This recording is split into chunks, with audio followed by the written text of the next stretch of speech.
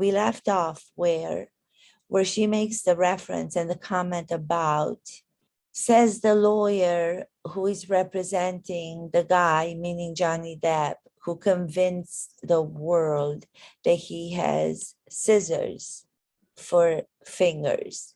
And we stopped right when she said that. So I'm going to take it from right when she says that, because that beat has been confusing a lot of people on social media. And it's okay that it's confusing a lot of people because, as I said, the public doesn't know the entire world of the acting process and creative process of the actors that they must go through to understand that acting is completely the opposite of pretending. People still think to this day, after so many years since acting was first performed in the ancient hills of Greeks, there wasn't a lot of insight for the general public of what goes behind closed doors in rehearsals. So of course people don't know. But this is the beat that was just confusing everybody. Like, huh? What is she saying that? Is she cuckoo? Here we go. Hi, everyone. Thank you for following me on Hey Stella podcast and my YouTube. M Art of Experience is the YouTube. In the closing arguments, the Depp lawyer called your testimony the performance of a lifetime and said you were acting. What do you say to that? Says the lawyer for the man who convinced the world he had scissors for fingers. I'm the performer. I had listened to weeks of testimony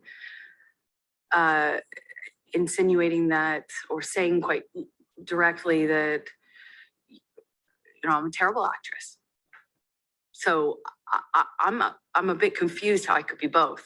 The Depp team argued that you were the abuser, that you...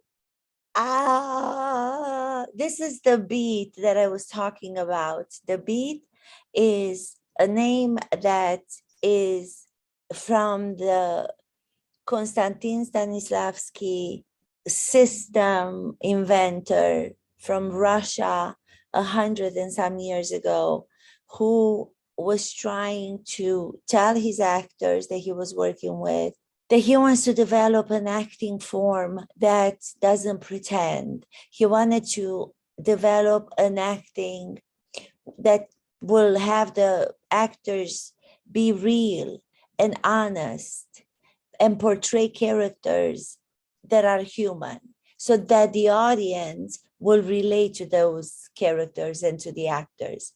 So acting, beginning with him in Russia and then developed by other teachers such as Lee Strasberg at the Actor Studio, adapted for the American Actor, with Marlon Brando and James Dean and Bradley Cooper, who I happen to go to school with, Dustin Hoffman, Ellen Burstyn, Al Pacino. They've all been through the doors of the famous Actor Studio I'm privileged to be a member of for the last 20 years, to keep working on their craft, to be able to do what Konstantin Stanislavski's want was, and his objective was to be honest people, to be honest in their performances, not to pretend in their performances, not to play to the audience, not to go there because your ego is what you want to please as the actor, but quite the opposite. Acting is living truthfully in the given circumstances. Acting's definition is not pretending under the given circumstances. You never will find that pretending. So she, in this beat where she talks about the lawyer of Johnny Depp, supposedly, who's saying that her testimony and that she is a liar, is the same lawyer who's representing the guy, meaning Johnny Depp, who's made the world believe that he has scissors for fingers, referring to the character from Edward Scissorhands. Edward Scissorhands, American fantasy romance film directed by Tim Burton. They collaborate on everything, Johnny Depp and Tim Burton. Johnny Depp plays an artificial humanoid named Edward, an unfinished creation who has scissor blades instead of hands. The young man is taken in by the suburb family and falls in love with their teenage daughter, played by Winona Ryder. Additional roles were played by Diane Wiest. She's a member studio actor, and so on and so forth. Tim Burton conceived Edward Scissorhands from his childhood upbringing in California. The plot is one evening, an elderly woman tells her granddaughter the bedtime story of a young man named Edward who has scissor blades for hands. The creation of an old inventor, Edward is a humanoid who was almost completed. The inventor homeschooled Edward but suffered a heart attack and did so before giving Edward real hands, leaving him permanently unfinished. Most of the neighborhoods are fascinated by Edward and befriend them, except for the eccentric, religious, fantastic Esmeralda and Kim's boyfriend. Edward repays the neighborhood for their kindness by trimming their hedges. I don't want to go through the whole thing. I think, from what I remember, I haven't seen the movie in a long time, but he portrays what Johnny Depp does so brilliantly. He portrays characters that always have a struggle. They always have a struggle, and they always, through him, reveal that they are characters that can be believable because he doesn't portray them in a perfect world. So when she's referring to the guy, Johnny Depp, who makes the world believe that he has scissor hands for fingers, she's trying to say that he's pretending that he's lying to the public, and he's such a good liar to be playing this character and being such a good liar at pretending that he's this character. That makes him a liar on the stand, or that makes him a liar in real life, when it's completely the opposite. For somebody to be able to achieve such a performance, and you can attribute performance to Johnny Depp, but not to Amber Heard, because she hasn't earned that merit. She hasn't earned the status of being linked to performance, since those are only greatly achieved by few actors with a lot of work. So when she calls him a liar because he's such good at lying to be a character with scissor hands for fingers, she's telling the audience again, on top of the fact that we all knew that she was a bad actress, she's telling the audience again through that statement that she knows nothing about acting and she's a mediocre actor. Mediocrity is what you can link to her. So she's giving herself away as being a mediocre actor who doesn't even understand the process. She's so confused by what acting is that she's bad at it in life and in fictional stories. Nobody's making a big deal about it, Savannah, because she's not an expert in acting. She's not an expert in the fact that great actors are doing exactly what I was talking about. She also believes a little bit of what Amber says, because that's what most people believe, because there are not a lot of actors in the world who actually achieve great performances. There are a few all over the world. Most actors are bad. So Savannah, should have come back to her and say exactly what I just said, but you're misinterpreting what great acting performance means, Amber. You're misinterpreting that.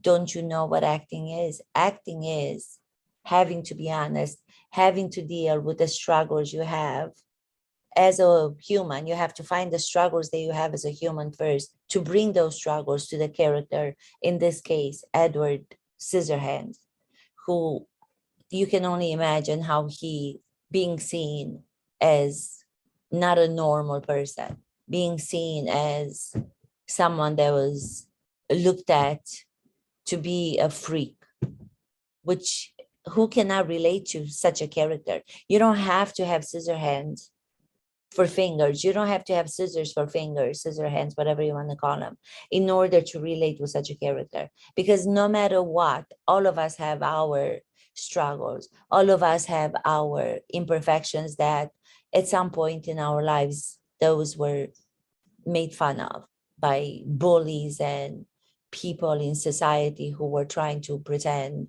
that they're all perfect and smart and they know it all. So they were putting us down the same way that she's doing.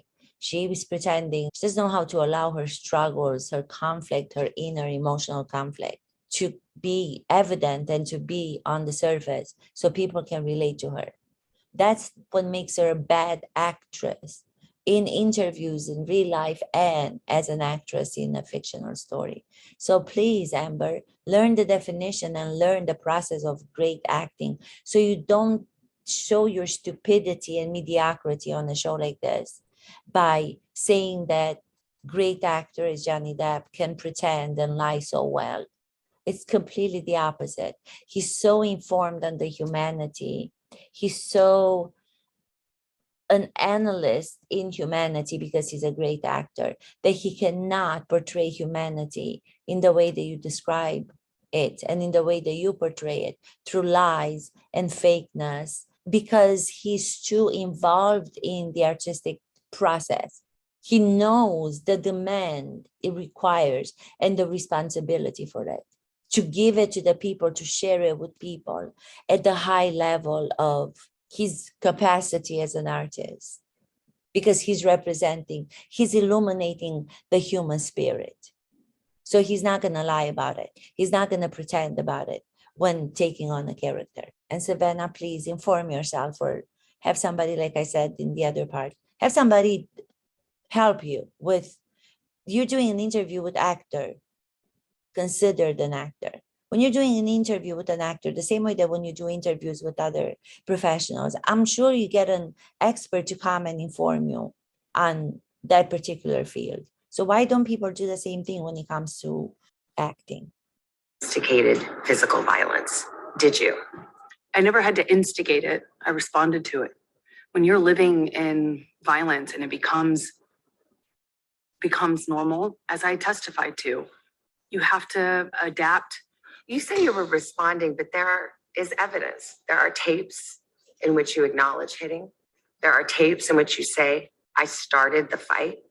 I know much has been made of these audio tapes. They were first leaked online after being edited. What you would hear in those clips are not evidence of what was happening. It was evidence of a negotiation of how to talk about that with your abuser. But I am looking at a transcript that says, he says, you start physical fights, and you say, I did start a physical fight. I can't promise you I won't get physical again.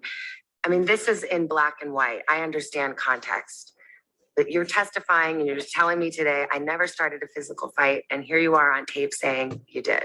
As I testified on the stand about this, is that when your life is at risk, not only will you take the blame for things that you shouldn't take the blame for, but when you're in an abusive dynamic, psychologically, emotionally, and physically. In an abusive situation, psychologically, emotionally, and physically, you say that again 2 or 3 times because it's almost like you have a script in your mind that you have had for so many years, and you are relying on that script to get you through. But again, audiences are not stupid.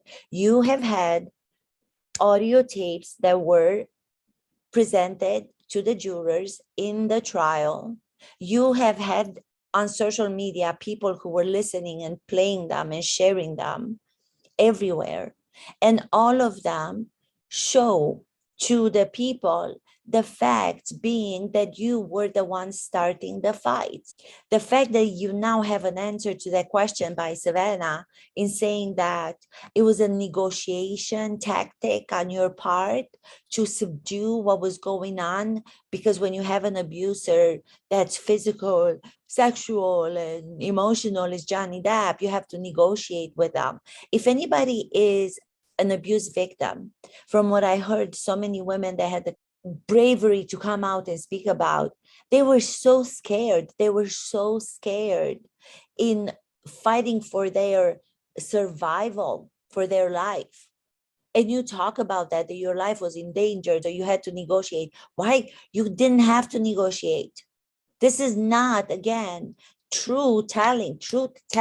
This is not factual. Nobody believes this because your story is not making sense. Even when you write a fictional story, the story has to have an arc. The story has to have a through line, and it has to be justified and based into what people can believe to be a real story. Your stories are not real. They're in your head, fantastical, but then you have to call them to be fantastical. You can't take fantastical stories and throw them against the human being and take his life away for 6 years and bring down his reputation, because there were so many people who were stupid to believe you. They didn't do their research. They just took the story as is because it's so much easier to be politically correct. So just don't have an answer for everything. An answer for everything is that there's something that you pretend in being perfect. There's something that you think is not missing. There's something that you think you don't have to learn because you know it all.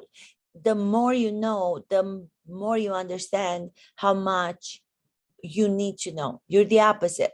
The less you know, you think you understand everything. So just for 1 second, don't have an answer for everything. Resources that say you or I do with the luxury of saying, hey, this is black and white, because it's anything but when you're living in it. But then there are other times, there's another tape where you're taunting him and saying, oh, Yeah. tell the world, Johnny Depp, mocking him I, for a his man, brilliance the in victim acting. of domestic violence. What about 20-second clips or the transcripts of them are not representative of even the 2 hours or the 3 hours. It doesn't matter, there's 20-second clips. First of all, that's not true, but let's just say that that's true, 20-second clips.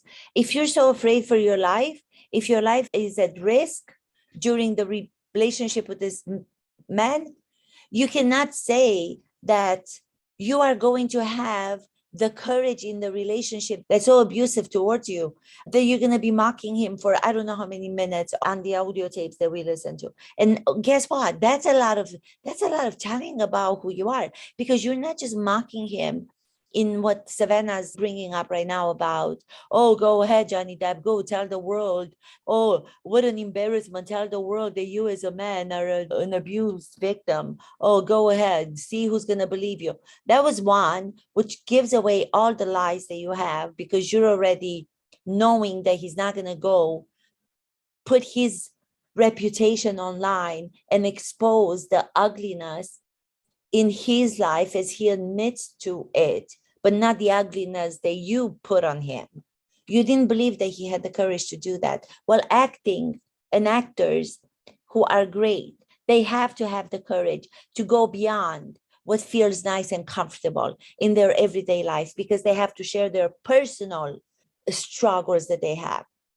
So you didn't even know what a brilliant actor was because you were just mocking him for doing that, for being one, mocking him from the beginning of his career when he did 21st Jump Street to, oh, the great actor Johnny Depp.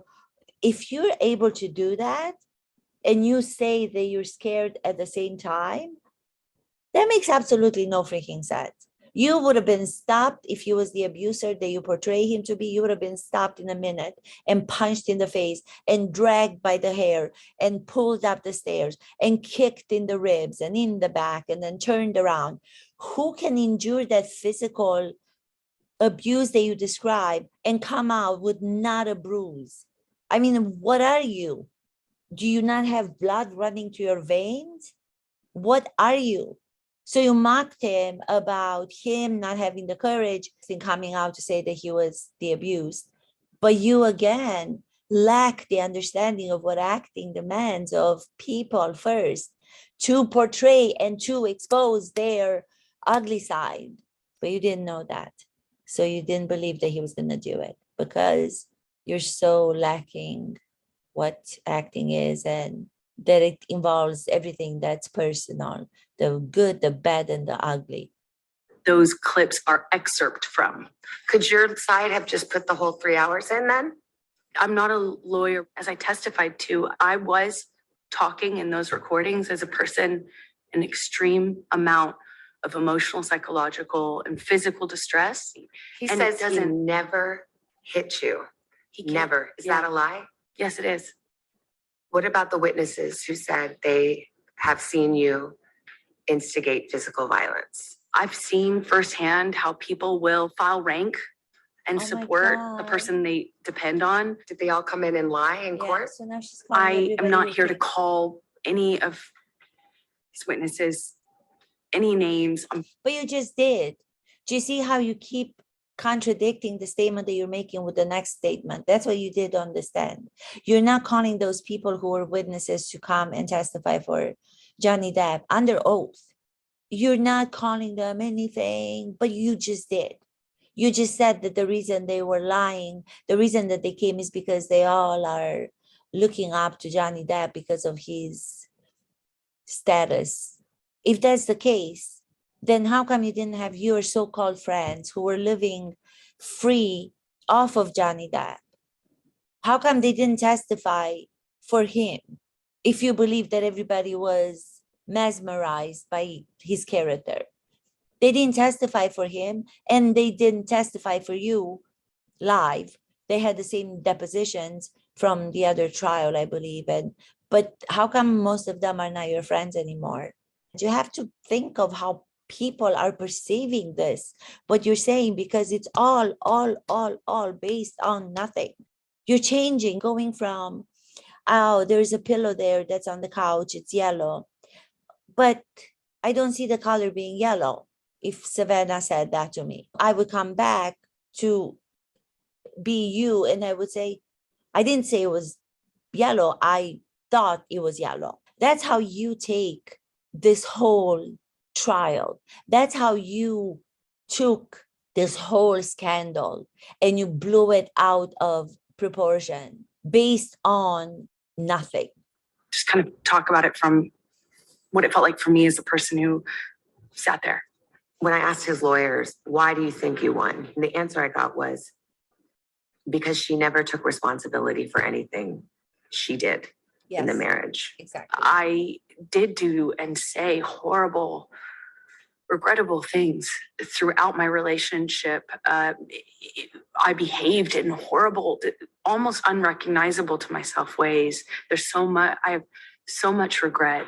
I freely and openly. There's so much. Did you catch that? There's so much.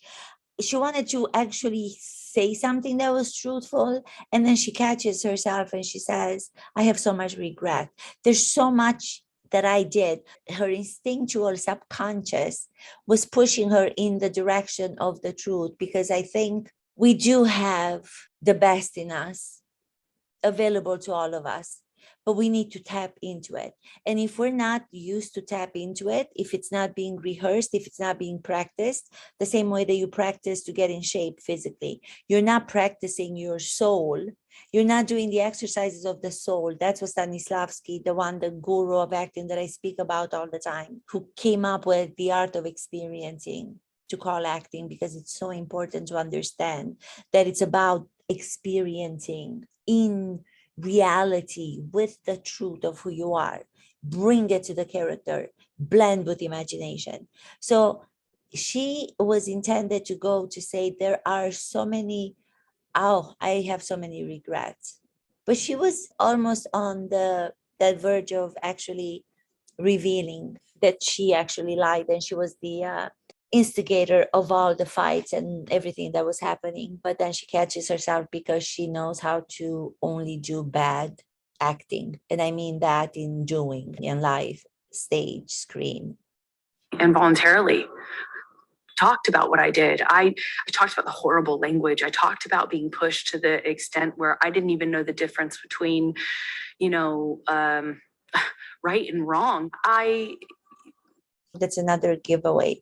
If you do not know the difference between right and wrong, and if you say that you did not recognize yourself in some of the behavior and the language that you use, which was not right, okay, you're taking some responsibility about 0.1% of what you did, but you're still going to save yourself and to save face by saying that you were brought to not even be able to distinguish between good and bad. If an actor is not able to distinguish between what's fiction and what is reality, which I think this is what you're doing, I would tell that person the same way that Strasberg would tell those actors. For example, there was an actor on the actor studio stage during the Strasberg, the artistic director of the actor studio, and he was so living his character that by the end of it, when the curtain call happened and the applause happened, he was still emotionally so absorbed into the story of that character, and he was crying throughout the applause of the people. When the show was over, oh my God, that was such an amazing, isn't he such an extraordinary actor? He's such an extraordinary actor. And then I think it was Strasberg who said, no, you have to know the line between when the scene is finished and the reality as you, the person, start. You can be blurring the line between fiction and reality. You need to go see somebody, and you need to have somebody who's going to help you with that. And it's not acting. First, you have to heal yourself. First, you have to heal your soul in order to do the soul exercises that Stanislavski talks about. So you can't say that you were brought to the confusion of not knowing what's right or wrong. That gives you away that you didn't know the reality and you didn't want to know the reality and the fiction, the line between the reality and fiction. That's why you're blurring the two, and you're taking a man's life and his public life, his creative life, his personal life, his family, his friends. And your objective is to take him down instead of you raising yourself up. You know, they say about great actors, they have to raise themselves up to the characters because it's so much easier to bring those characters down to what feels comfortable to you and only show what you want to be seen. But to raise yourself up to that character is to divulge, is to dissect, to open up, to do an x-ray of who you are from the mental to the physical to the emotional, like you talk about so much. Why don't you put those words into what you need to do in your training as a person with a medical professional and then with an acting coach who can help you? Because from what I'm seeing, the acting coach you're working with is not helping you at all. Always continue to feel like I was a part of this, like I was the other half of this relationship, because I was. And it was ugly and could be very beautiful. It was very, very toxic. We were awful to each other. You know, I made a lot of mistakes. It was toxic. It was very awful. We were very awful to each other. But it was beautiful. It was beautiful. I have to remind you how much I love this man, because if I only take a little bit of responsibility right now to say that I was also toxic, we were both toxic, and I don't say, and it was beautiful, that doesn't justify the fact that you said all of the things that were so negative and so ugly about Johnny Depp and why you stayed. So you have to bring in, which you used all the time in the trial. This is such a repetitive pattern that you have. I've seen it all over the trial when you testified, Amber.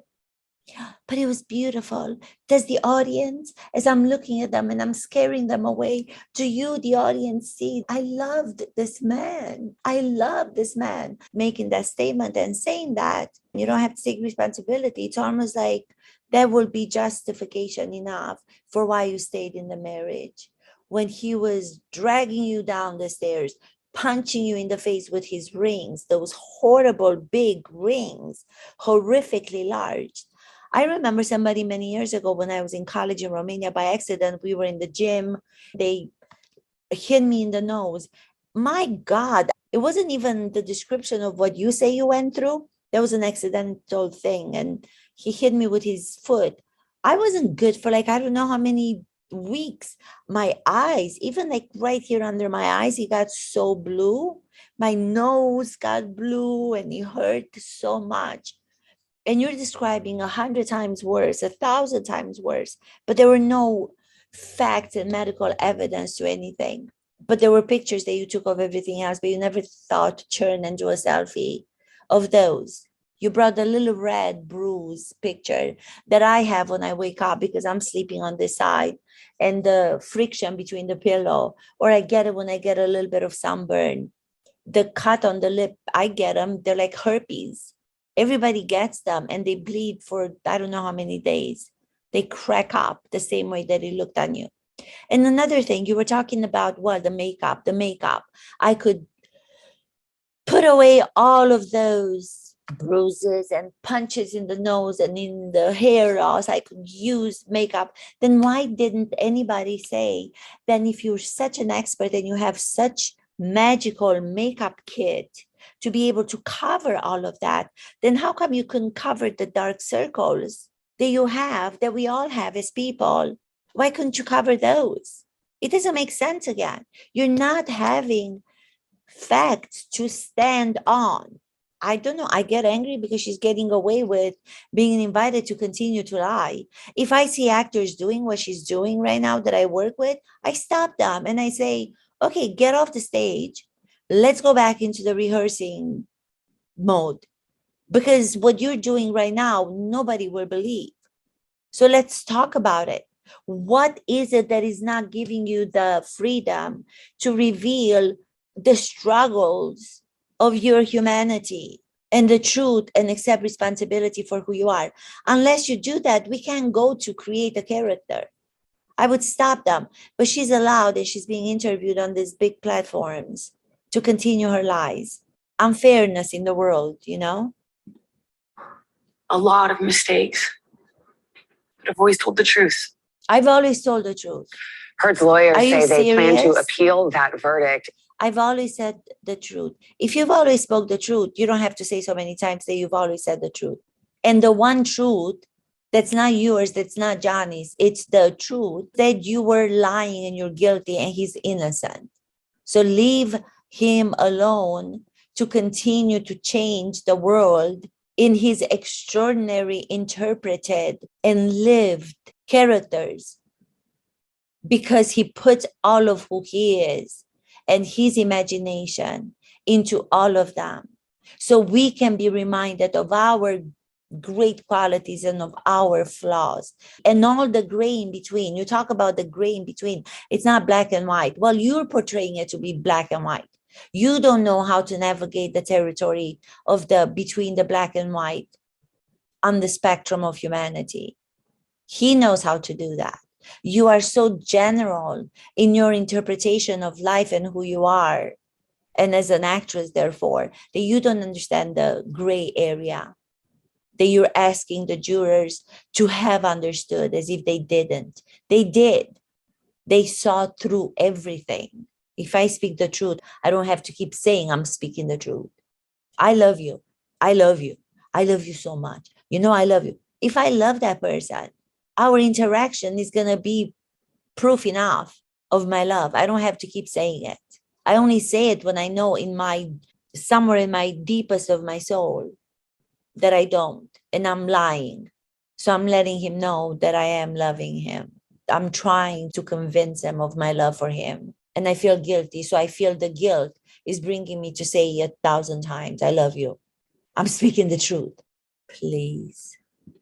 As for the notion from her that there was evidence allowed in that UK trial that could have potentially made a difference last week, Depp's attorney said here on Today that the evidence presented in the latest trial far exceeded the UK one, 2 different processes, and they believe the jury got it right. We have a lot more of our conversation to share with you tomorrow morning on Today, including Heard's response to some of the other allegations made about her in court and her answer when I asked how she feels about Johnny Depp now. We've got lots more of that. Our exclusive interview with Amber Heard will also air on a special edition of Dateline. That's Friday night at 8/7 Central. There was a lot to talk about. Thank you so much. I just have such a pleasure to do this analysis from the point of view of an acting coach and of an actress, because I learned so much of the psychological behavior of what it means to be a human being because of working as an acting coach and actress. You know, working on characters, you have to dig deep into their essence to find out how to help the actors play them the best they can by bringing themselves, their imagination, and making those characters credible to the public and identifiable and relatable. So it's really cool how I can do the same analysis that I would do with actors on script in real life with people going through a trial, you know, with people giving interviews to see if they're being honest. There's so many tools that I've learned in my so many years in this career that I can just detect the truth from fact. I can detect credibility from farcical, the same way that I do with characters and actors, I can do it with the real people. So to do that is such a wonderful thing for me. And that's what I want to focus on. I want to focus my expertise. I know it sounds arrogant. I hope it doesn't. My expertise in acting and bring that and shine that light on different everyday happenings. So thank you so much. Go to my YouTube, Mihut Method, Art of Experiencing, or Hey Stella Podcast.